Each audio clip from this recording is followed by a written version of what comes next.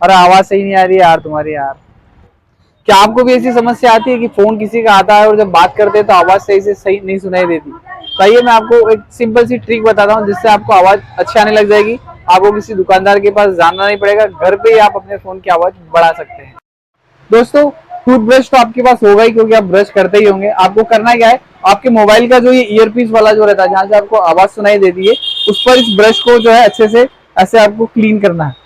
इसको आप अच्छे से क्लीन करेंगे तो यहाँ पे जो छेद पसीने के कारण बंद हो गए होंगे वो सारे छेद खुल जाएंगे, जिससे आपको आवाज अच्छी आने लग जाएगी।